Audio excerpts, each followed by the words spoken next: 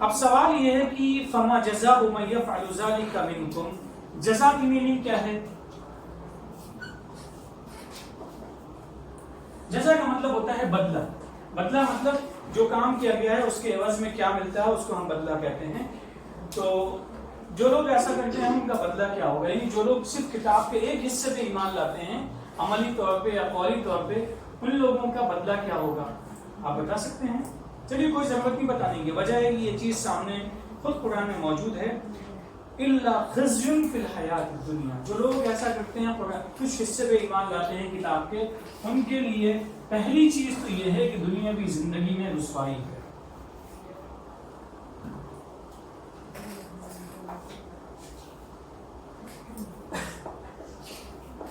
خزي کا مطلب ہے رسوائی. رسوائی سمجھتے ہیں بے عزتی. بے عزتی کی بہت ساری شکلیں ہو سکتی ہیں اور یہ بھی ڈیپینڈ کرتا ہے کہ کس کو کس طرح سے تکلیف پہنچتی ہے ویسے ہی اس کی بے عزتی ہوتی ہے. پہلی چیز ہے اس کی کوئی عزت نہیں رہتی ہے، اور اس کے بعد میں دوسرا جو مسئلہ ہے یوم القیامت یردون الی اشد العذاب. اشد العذاب ہے کیا ہے؟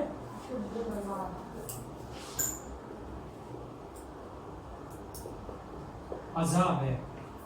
عذاب تو سب لوگ سمجھتے ہیں کیا ہے. یہ رسوائی کہاں ہے؟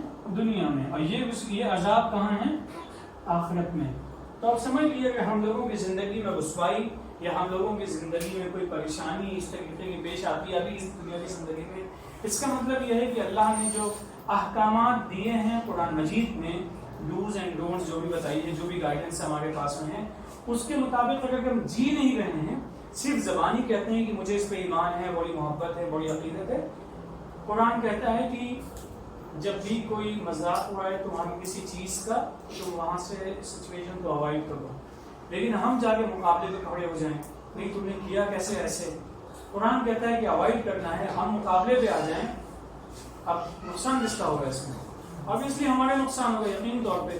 کیوں نقصان ہوگا؟ قرآن کہتا ہے ایسی صورت میں ہم کو اوائڈ کرنا چاہیے، اور ہم اوائڈ کرنے کے بجائے قرآن کے حکم کو توڑتے ہوئے ہم اپنی مرضی کے مطابق قرآن سے اپنے تعلق کا اظہار کرتے ہیں اور ہم کو کہتے ہیں کہ ہم ڈیفینڈ کریں گے اس کو. قرآن تو کبھی ایسا نہیں کہتا ہے. قرآن کھل کے کہتا ہے کہ ایسی تمام صورتوں میں جہاں اللہ کی آیات کا مذاق بنایا جائے وہاں اس سچویشن سے تم اٹھ کے چلے جاؤ، اور جب وہ موضوع بدل جائے، ٹاپک چینج ہو جائے تو دوبارہ پھر وہاں پہ آ جاؤ. تو گویا کہ جو لوگ مذاق اڑا رہے ہیں ان سے ہمیں نفرت بھی نہیں کرنی ہے، ان سے ان کے ساتھ رہنا ہے، مل جل کے رہنا ہے، دور بھی جانا ہے. اور اس کی وجہ کیا، لاجک کیا ہے؟ کیونکہ جب ہم کسی انسان کا بھلا چاہتے ہیں تو اگر تھوڑی دیر ہماری بات سے ناراض ہو جائے تو اس کے بعد پھر ہم واپس آ کے اس کو سمجھاتے نہیں کہ جو بات آپ کہہ رہے ہیں آپ اس سے ہم دوبارہ سے ہماری بات سن لیں. ایسے ہی تو ہم بات کرتے ہیں. جی یہ لفظ ہے اشد العذاب، یہ ہے خزیون. آپ خزیون کو چاہے تو چھوڑ دیں، رسوائی کو یاد رکھیے گا. یہ دو الفاظ بڑے اہم ہیں کہ جو لوگ کتاب کے ایک حصے پہ ایمان رکھتے ہیں اور دوسرے حصے کو نہیں مانتے ان کے بعد کیا ہے؟ رسوائی اور عذاب. رسوائی کہاں ہے؟ دنیا میں. عذاب کہاں ہے؟ آخرت میں. رسوائی سے تو آپ سب لوگ واقف ہی ہوں گے، کوئی ایسا نیا لفظ تو نہیں ہے. یعنی بے عزتی جسے ہم کہتے ہیں. لوگ ایسا کرتے ہیں کہ کتاب کے کچھ حصے پہ عمل کرتے ہیں، کچھ حصے کو چھوڑ دیتے ہیں، اپنی مرضی اور خواہش اور چاہت کے مطابق عمل کرتے ہیں. تو ان کا کیا ہوگا؟ فما جزاء من یفعل. جزاء من یفعل، جزاء کی بھی سب کو معلوم ہو گئی. جزاء کا مطلب ہوتا ہے بدلہ، رائٹ. تو جو لوگ کتاب کے تھوڑے کے ایک حصے بھی ایمان لاتے ہیں، ایک حصے کو چھوڑ دیتے ہیں. بچوں اس میں ہمارے لیے کیا سبق ہے؟ ہمارے لیے ان کا یہ سبق ہے کہ قرآن مجید جسے ہم سامنے رکھتے ہیں اس نے کسی چیز کو منع کیا ہے تو اس سے ماننا رکنا ضروری ہے، اور کسی چیز کا حکم دیا ہے تو اس کو کرنا ضروری ہے. مثال کے طور پہ بہت چھوٹی سی مثال ہے، صرف ریپیٹ اس لیے کر رہی ہوں کہ بات ہمارے ذہن میں بیٹھ جائے. ہمیں لوگوں سے اچھی طرح سے پیش آنا ہے، اچھی بات کہنی ہے. تو کسی کے ساتھ ہم ایسی بات بھی نہیں کہہ سکتے جس میں اس کو دھوکا ہو جائے اور اس کو مس گائڈ کر دیں. مذاق میں بھی کسی کے ساتھ دھوکا نہیں دے سکتے ہیں. مذاق میں بھی کسی کے ساتھ ہم چیٹنگ نہیں کر سکتے ہیں، دھوکا نہیں دے سکتے کہ ہم کھڑے یہاں ہیں اور بتا رہے ہیں کہ ہم وہاں موجود ہیں دوسری جگہ پہ. یہ سب جو چیزیں ہیں، حسن کا مطلب گڈ، اور گڈ کا مطلب ہر وہ چیز جو اچھی ہو. جھوٹ اچھا نہیں ہو سکتا ہے، ہارش ورڈ جو ورڈنگس ہوتی ہیں وہ اچھی نہیں ہو سکتی ہے، جو الفاظ کا انتخاب ہے وہ بہت اچھا ہونا چاہیے، ہمارا جو بات کرنے کا طریقہ ہے وہ بھی پولائٹ ہونا چاہیے، جو ہمارے الفاظ ہیں وہ بھی بہت ہی سلیقے کے ہونے چاہیے. اب آپ کسی سے تو کہہ دیے تو اس پہ کیا گزریں گے، آپ اسی کو آپ سے مخاطب کریں گے تو وہ کس طرح سے پیش آئے گا. اور انہی دونوں کے بیچ میں ایک تم کا لفظ بھی آتا ہے، کہیں پہ تم کا استعمال مناسب ہوتا ہے، کہیں آپ کا استعمال مناسب ہوتا ہے. ان کو ہم غلط طریقے سے استعمال کریں گے تو انسان کو تکلیف پہنچے گی. قرآن کی بہت ایک عام مثال ہے جو ہماری ہم سب کی زندگیوں کو صحیح کر دے گی. ایک چیز اور مثال ہے کسی کی برائی بیان کرنا. برائیاں کسی کے بارے میں دو طرح سے ہم کہہ سکتے ہیں. ایک تو یہ کہ اس نے وہ برائی کی ہی نہیں ہے، نیور کمیٹڈ مسٹیک، پھر بھی ہم اس کو جو ہے اس کو جوڑ دیتے ہیں کہ اچھا اس نے ایسا کیا تھا، اس نے ہمارا قلم چرایا تھا. تو یہ تو الزام ہو گیا، یہ تو صحیح ہے ہی نہیں. کسی نے قلم یقینی طور پہ چرایا تھا اور بجائے کورٹ کے، بجائے پولیس کے، یعنی جو کنسرن اتھارٹیز ہیں ان کے علاوہ کہیں ہم جا کے وہ باتیں نقل کرتے ہیں یوں ہی بلا وجہ. معلوم ہے اس نے چوری کی ہے پھر کی، تو یہ چیز بھی غلط ہے، قرآن اس کو منع کرتا ہے. آپ سوچیں چھوٹے چھوٹے سی، چھوٹے نہیں بلکہ بہت بڑے احکامات ہیں جن پہ عمل کرنے سے زندگی میں کیا کیا فائدے پہنچتے ہیں. اب اگر ہم ایسا نہیں کریں گے تو اس کا مسئلہ کیا ہوگا. آپ امیجن کہ کسی کے اوپر ہم نے تہمت لگا دی، الزام لگا دیا، کسی کے ساتھ میں زبان غلط استعمال کی، اور یا پھر کسی نے واقعی میں کوئی کرائم ہے اس کا اور بلا وجہ لوگوں کے نالج میں ہم لے آئے، تو اس کا مسئلہ کیا ہوگا. ہم خود اپنے آپ میں کسی نہ کسی وقت رسوا ہوں گے، ذلیل ہوں گے، پلس آخرت میں ہم کو عذاب ملے گا. رسوائی کو سمجھانے کی شاید مزید ضرورت نہیں ہے کہ ہمیں اندازہ ہے زبان ہماری غلط جب کھلتی ہے تو اس کے نتیجے میں شرمندگی کہیں نہ کہیں ہم کو اٹھانی پڑتی ہے، نتائج اچھے نہیں ہوتے ہیں، رزلٹ اچھا نہیں آتا ہے. لہٰذا ہمیں اپنی زبان کو ہمیشہ بہت ہی کنٹرول میں رکھنا چاہیے اور اس کا استعمال سلیقے سے کرنا چاہیے. وَمَا اللَّهُ بِغَافِلٍ عَمَّا تَعْمَلُونَ، یہ الفاظ بھی نئے نہیں ہیں، اکثریت کے لیے، میجورٹی کے لیے نئے نہیں ہیں کہ اللہ تعالیٰ غافل نہیں ہے. غافل کا مطلب کیا ہے؟ غافل کا لفظ لکھ لیں اور اس کی عام میننگ لکھ لیں انأویہ. غافل یہ ایسا ہی لکھے گا، غین الف فے لام. جو لوگ نہیں لکھ سکتے ہیں عربک میں غافل، وہ GHAFIL لکھ سکتے ہیں. غافل اس کا پروننسیشن ہے. غافل کا مطلب ہوتا ہے انأویہ، یعنی اللہ تعالیٰ انأویہ نہیں ہے کن چیزوں سے جو تم لوگ کام کرتے ہو.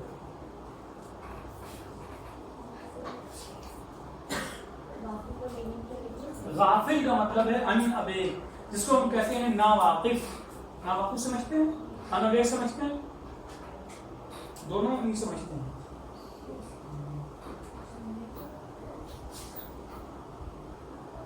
نہ جاننا، نہ جاننا، نہ جاننا، رائٹ. یعنی اللہ تعالیٰ اس کو ناواقف کہتے ہیں، انأویہ کہتے ہیں، اور نہ جاننے والا. ایسا نہیں کہ اللہ نہیں جانتا، اللہ ہی نوز ایوری تھنگ. غافل کا مطلب غفلت میں ہونا، کسی چیز سے واقف نہ ہونا. اللہ تعالیٰ جانتا ہے جو کچھ تم لوگ کرتے ہو. اچھا یہ بتائیے انسان جھوٹ کیوں بولتا ہے؟ مجبوری اس کو ہم یوں کر سکتے ہیں شارٹ ٹرم گین کے لیے، چھوٹی سی جلدی سے کوئی فائدہ حاصل کرنے کے لیے. فائدے بہت سے ہو سکتے ہیں. مجھے میرے والد صاحب ڈانٹیں گے نہیں، مجھے اپنے دوستوں کے سامنے شرمندگی نہیں اٹھانی پڑے گی. یہی سب تو مسئلے ہوتے ہیں. ویسے جھوٹ کو اگر کسی اچھے کام کے لیے بولا جائے تو جیسے سر اگر ہمارے جھوٹ سے جیسے کسی کی طبیعت خراب ہے مان لیجیے، اگر اس کے ماں باپ کو سچ بتا دیں گے کہ اس کی طبیعت خراب ہے اور وہ ہاسپٹل میں ہے تو ان کی طبیعت خراب ہو جائے گی، تو اگر ہم جھوٹ کہتے ہیں کہ نہیں وہ بالکل صحیح ہے تو کیا یہ جھوٹ اچھا مانا جائے گا؟ دیکھیے بہت ساری چیزیں ہیں، جیسے کسی اگر اس میں ایسا مسئلہ ہے کسی کی جان جا سکتی ہے تو جان کو بچانا سب سے اہم مسئلہ ہے. انسان کی جان بچانے کے لیے جب مردار کھا سکتے ہیں. یس نو آپ مزید ایکسپلین کرنے کی ضرورت ہے. تو یہ دیکھیے انسان کی جان سے بڑھ کے کچھ نہیں ہے. اگر لگتا ہے کہ بچے کی تکلیف سن کے اس کے پیرنٹس کچھ بھی ہو سکتا ہے ان کے ساتھ میں، ہو بھی سکتا ہے ایسا، تو ظاہر سی بات انسان کی جان سے بڑھ کے کوئی چیز نہیں ہے. قرآن ہماری ہدایت کے لیے آیا ہے، ہمارے بینیفٹ کے لیے آیا ہے. اگر اس پہ عمل کرنے کی وجہ کسی کی جان چلی جاتی ہے تو وہ تو پھر غلط ہو جائے گا. جان کا پروٹیکشن تو لازمی ہے. جی تو یہاں پہ یہ مسئلہ ذہن میں رکھنا چاہیے کہ قرآن کے جتنے بھی احکامات ہیں وہ ہمارے بینیفٹ کے لیے ہیں اور ہمارا بینیفٹ کا مطلب ہوتا ہے انسان کی جان کا پروٹیکشن بہت لازمی ہے، اور انسان کی جان کو پروٹیکشن ہمیں دو جگہ پہ دینا لازمی ہے. پہلی جگہ ہے یہ اور دوسری جگہ ہے یہ. ایسا نہ ہو کہ اس کو ہم نے اتنی ترجیح دے دی اس کی وجہ سے یہی ہمارے نقصان میں چلا جائے، تو یہ بھی نہیں کر سکتے.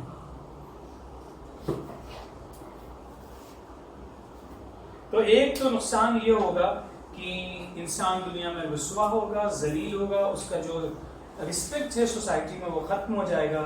اور دوسرا نقصان یہ ہوگا کہ اس کے اوپر اللہ کے ہاں عذاب نازل ہوگا آخرت کی زندگی میں، اور ان کے اوپر صرف عذاب کو کم نہیں کیا جائے گا، نہ ہی مدد کی جائے گی. اب ہم آیت نمبر 86 کے بعد میں 87 ہے.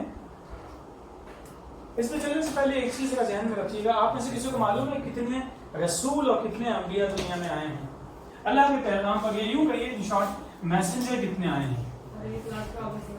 جی 24,000. سورس کہاں ہے اس کا؟ سورس بتائیے کہاں لکھا ہے؟ اچھا کل بتا دیجیے، کوئی بات نہیں. 1,24,000 کا جو ریفرنس ہے وہ آپ کل دے دیجیے گا. کل مینس نیکسٹ ورکنگ ڈے جو بھی آپ کا ہوگا، جو بھی کلاس ہوگا اس میں آپ ان کو آ کے بتا دیجیے کتنے آئے ہیں. آپ نے کیا بتایا 1,24,000. آپ کل ہمیں ریفرنس دیجیے کہاں سے آپ پڑھ کے آئے ہیں اور کہاں سے اس بات کو آپ کوٹ کر رہے ہیں. اور کوئی چیز، کوئی اور ریفرنس اس سلسلے میں کتنے آئے ہیں؟ آیت نمبر 85 جی 85 نہیں 85 کی چیزیں ہم نے ڈسکس کر لی اس میں. 84 نہیں 84 سے پہلے اصل میں وہاں پہ ایک چیز یہ تھی میثاق. تو جو میثاق تھا اس میں جتنی بھی چیزیں آتی گئی 84 اور 85 وہ سب اس میں ہم نے، اور 86 میں جب ہم پہنچے ہیں تو اس کا پنشمنٹ تھا. تو 80 وہ اور 4 5 6 ایک ساتھ آ گئی. جی اب ہم لوگ چلتے ہیں نیکسٹ آیت پہ. اس میں ایک سوال ابھی ہم نے آپ سے کیا، کتنے میسنجرز اللہ نے بھیجے ہیں؟ اگر آپ مجھ سے پوچھیں گے تو میں نہیں بتا سکتا ایگزیکٹلی. کچھ نام یاد ہیں آپ لوگوں کو؟ جیسے موسیٰ، عیسیٰ، یحییٰ، زکریا، یوسف، داؤد، صالح. نہیں وہ تو فرشتے ہیں. نوح علیہ السلام، یونس، ابراہیم، اسحاق. یہ وہ نام ہیں جو قرآن میں موجود بھی ہیں اور ہم سب لوگوں کے ووکیبلری میں بھی موجود ہیں. ان سب نے بنیادی پیغام کیا دیا ہے؟ کوئی بتا سکتا ہے؟ بنیادی کا مطلب جو بیسک ان کا جو ٹیچنگ تھی کس چیز کی تھی؟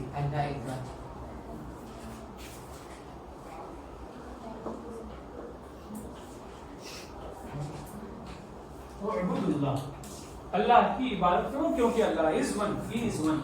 جب وہ ون ہے تو اس کے سوا کوئی نہیں، اس کی عبادت بندگی سے کچھ ہوگی. اس کے علاوہ اور بھی کوئی چیز ہے؟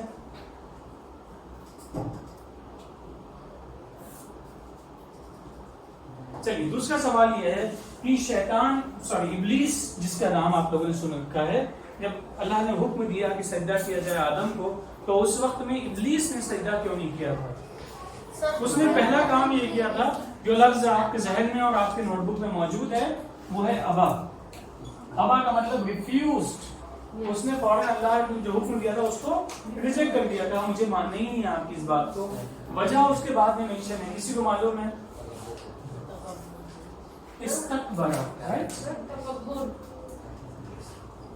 استکبر تو گویا کہ عبادت کرنی ہے اور تکبر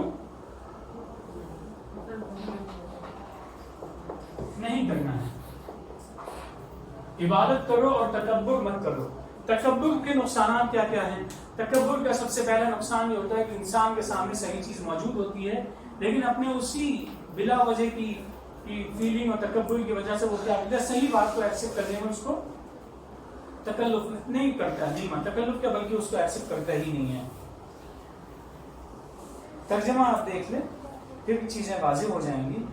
آیت نمبر 87 ہے، وَلَقَدْ آتَيْنَا مُوسَى الْكِتَابَ، اور یقیناً ہم نے موسیٰ کو کتاب دی، وقفینا من بعدہ بالرسل، اور ان کے بعد پے در پے کانٹینیوسلی ہم نے رسول بھیجے، وآتینا عیسی ابن مریم البینات، اور ہم نے اس لفظ کو ذرا لکھ لیں جلدی سے، بینات،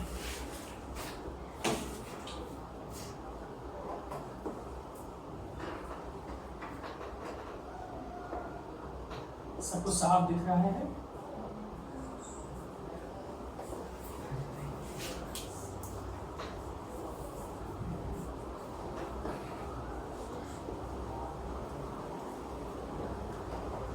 یہاں ہم نے دو معنی اس کے لکھے ہیں، کھلی ہوئی اور واضح۔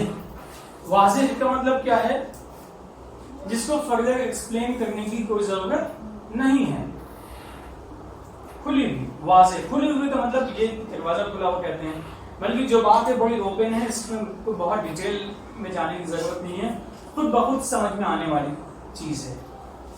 جیسے کبھی بھی آپ نے کہیں لکھا ہوا دیکھا ہوگا سیلف ایکسپلینیٹری جو اسٹیٹمنٹ ہوتے ہیں، اپنے آپ کو خود سے وہ واضح کرتے چلے جاتے ہیں۔ تو اس بچوں لکھ لیا آپ لوگوں نے؟ اچھا، کھلی ہوئی، واضح۔ اب اس کے بعد میں ہے سوال، کون سی چیز ہے؟ قرآن اور لینگویج۔ دیکھیے قرآن مجید میں ایک لفظ استعمال ہوا ہے آیات، اور آیات کا مطلب ورسز آف قرآن ہے۔ تو اس یہاں پہ الآیات اصل میں چھپا ہوا رہتا ہے، الآیات البینات۔ اور آیات کے دو معنی ہوتے ہیں، کوئی بتا سکتا ہے؟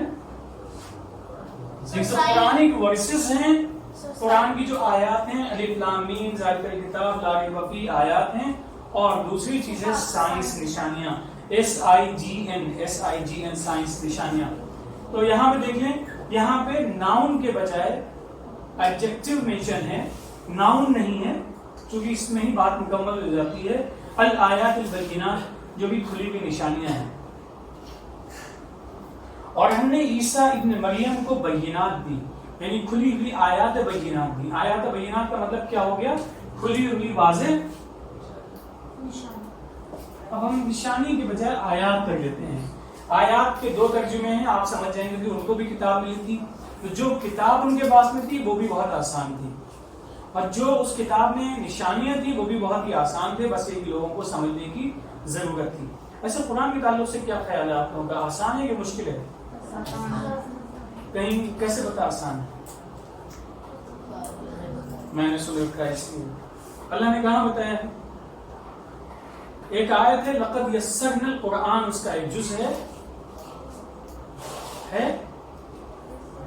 لقد یسرنا القرآن، اور ایک کتاب بھی اکثر بچے پڑھتے ہیں چھوٹے، یسرنا القرآن اس کا نام بھی ہوتا ہے، لقد یسرنا القرآن للذکر فہل من مکمل کیے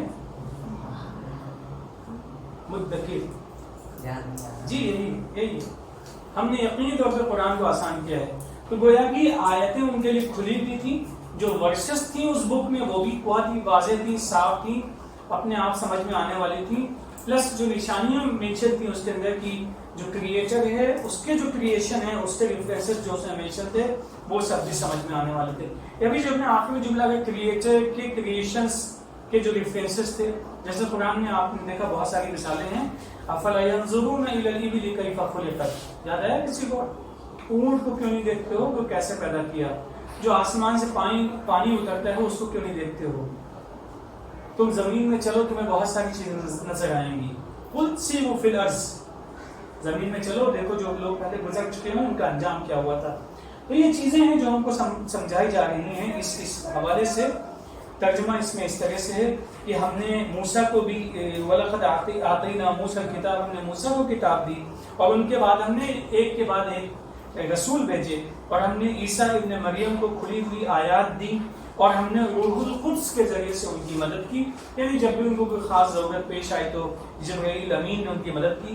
وَفَكُلَّمَا جَاءَكُمْ رَسُولٌ بِمَا لَا تَهْوَىٰ أَنفُسُكُمُ اسْتَكْبَرْتُمْ، لیکن جب رسول تمہارے پاس ایسی چیز لے کر آئے جو تمہارے دل کو نہیں اچھی لگی تو تم نے تکبر سے کام لیا، یعنی تمہاری مرضی کے خلاف کچھ ہوا تو تم نے اللہ کے پیغام کو ماننے سے انکار کر دیا۔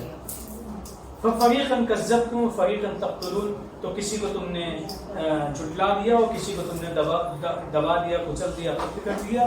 وَقَالُوا قُلُوبُنَا غُلْفٌ. اب دیکھیے جب آدمی ڈھیٹ ہو جاتا ہے، ڈھیٹ سمجھتے ہیں ایروگینٹ جب ہو جاتا ہے تو تکبر اس کے اندر بھر جاتا ہے، تو آپ اس سے کہیے دکھتا نہیں ہے، تو کہتا ہے ہاں ہاں مجھے نہیں دکھتا ہے. سنا ہے کبھی ایسا آئے؟ اب جو کہہ رہے کہ ہاں ہاں مجھے دکھتا نہیں، تو آپ اس سے مزید بات کریں گے؟ آپ کیا کر سکتے ہیں؟ اس نے خود ہی کہہ دیا کہ اب یہ لوگ کہتے ہیں قلوبنا غلف، ہمارے دلوں پہ پردے پڑے ہوئے ہیں. حقیقت تو یہ ہے کہ اللہ تعالیٰ نے ان پہ ایک لفظ اردو میں استعمال کرتے ہیں لعنت. سنا ہے آپ لوگوں نے؟ لعنت کی بنیادی میننگ ہے دوری. کیا ہے دوری؟ سمجھتے ہیں؟ ہاں، ڈسٹینس. اچھا جب ہم یہ لفظ کہتے ہیں بنیادی، بنیادی کا مطلب کیا سمجھتے ہیں آپ لوگ؟ بیسک. بیسک کا مطلب روٹ میننگ جو اس میں آتی ہے. روٹ عربک میں روٹس ہوتے ہیں الفاظ کے، جو روٹ میننگ اس میں لعنت کا. یہ ہم نے اردو کے لحاظ سے لعنت لکھا ہے، actually it should be round, جس سے مکہ ہے. لعنت، لعنت کیا ہے؟ دوری. دوری کا مطلب ڈسٹینس ہے. تو اللہ کی جو رحمت ہے اس سے وہ دور ہو جاتا ہے. اب ایک انسان ہے جو خود اللہ کے پیغام کو قبول نہ کرنا چاہے، تو زبردستی تو کچھ ہے نہیں، کیونکہ اللہ نے کوئی اختیار دے رکھا ہے. تو اس کا نتیجہ کیا ہوتا ہے؟ بل لعنہم اللہ بکفرہم، چونکہ وہ لوگ اللہ کا انکار کر رہے تھے، اللہ کی آیات کا انکار کر رہے تھے، اس لیے وہ اللہ کی رحمت سے دور ہو گئے. فقلیلا ما یؤمنون، تو بہت تھوڑے سے ایسے ہیں جو اس میں سے جو ایمان لاتے ہیں. یہیں پہ ہم رک جاتے ہیں اور آپ اس کے بعد آیت نمبر 89 سے لے کر اور 94 تک دیکھ کے آ جائیے.